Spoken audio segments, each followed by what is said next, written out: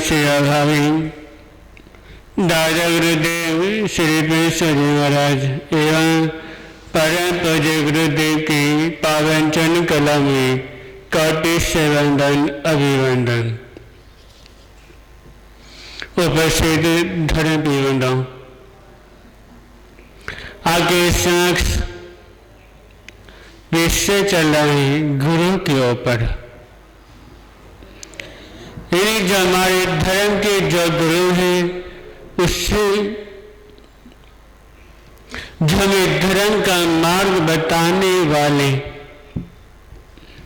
जो हमारे भीतर में ज्योति पैदा करने वाले, जो हमें जीवन में सब कुछ देने वाले, कौन? हमारे धर्म के गुरु।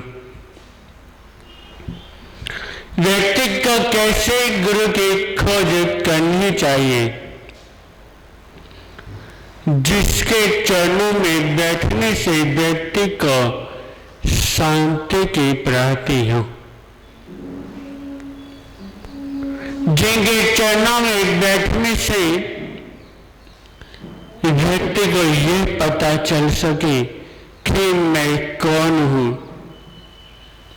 मैं कहां से आया हूं और यहाँ से मरने के बाद कहां पे जाऊंगा। जो इस सभी का जो रास्ता दिखाए, उसी को अपना गुरु बनाना चाहिए।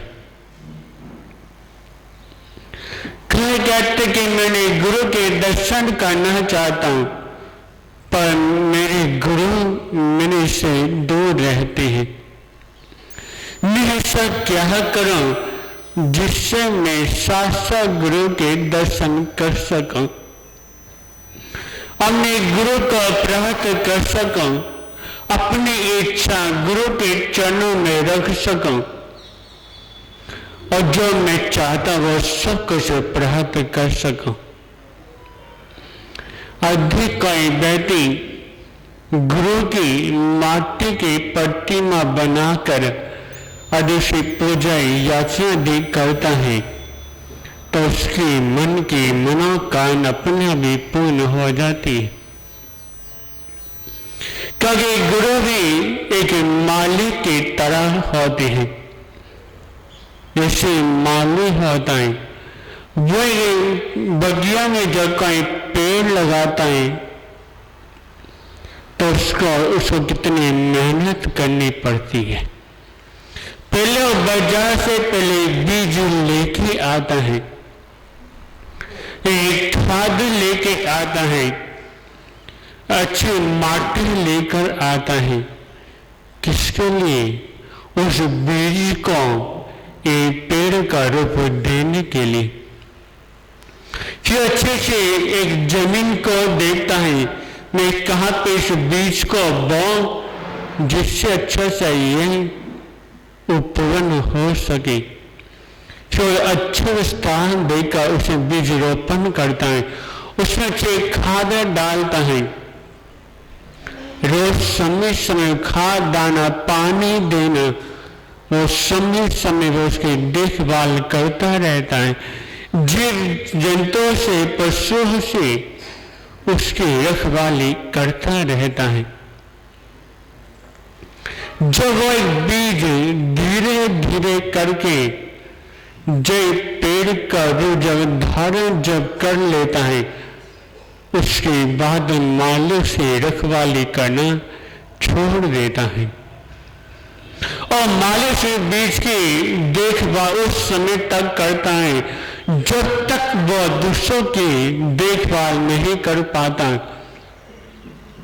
जैसे वो दूसरों की देखभाल करना शुरू कर दी, उस समय तुरंत तो वही उसकी देखभाल करना छोड़ देता है।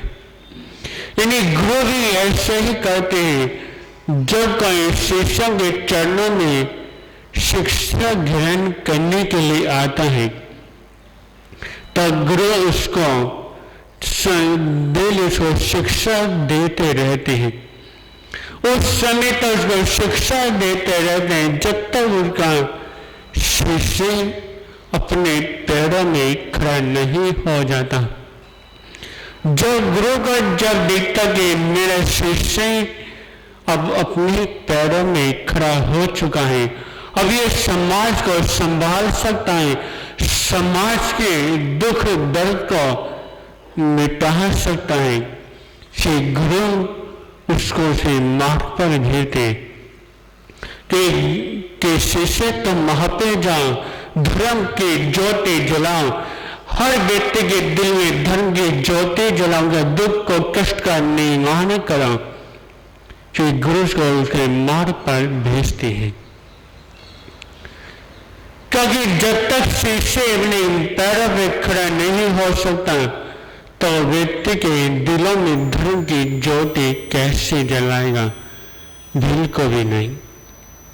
जो लोगों के दिल में जो कष्ट होता है, दुख होता है, उसको कैसे खत्म करेगा? बिल्कुल भी नहीं। वो समय कर सकता जो उसके साथ उसके वो गुरु का दिया हुआ सब कुछ सीख जाता है, जो उसके सिर पर गुरु का आशीर्वाद होता है, जो उसके ऊपर भगवान का हाथ होता है, जो उसके बाद सब कुछ होता है, उसके बाद ही वो शिष्य व्यक्ति का कष्ट का निर्माण कर लेता है। और जब तक वो गुरु के बताए मार्ग पर नहीं चलेगा तो कितनी कोशिश कर ले कि मैं समाज में उच्च उठ जाऊं, मैं समाज में अपना नाम रोशन करूं, जब तक गुरु का आशीर्वाद नहीं तो कितनी कोशिश कर ले समाज में अपना नाम रोशन करने की, और बिल्कुल भी नहीं कर सकता। तो इस समाज में आगे लाने की ताकत कि वह गुरु के अंदर ही होती है। क्योंकि जैसे बच्चा होता है, बच्चे ने जो शिक्षा पहले ज्ञान है किसके द्वारा? अपने माता पिता के द्वारा करता है। यदि बच्चा भी उन्हें माता पिता के बताए नहीं चलेगा तो वो कुछ भी नहीं कर सकता। तो वैसे ही एक शिष्य भी होता है, शिष्य का भी पहला कर्तव्य गुरु की बताए मार्ग पर चलना।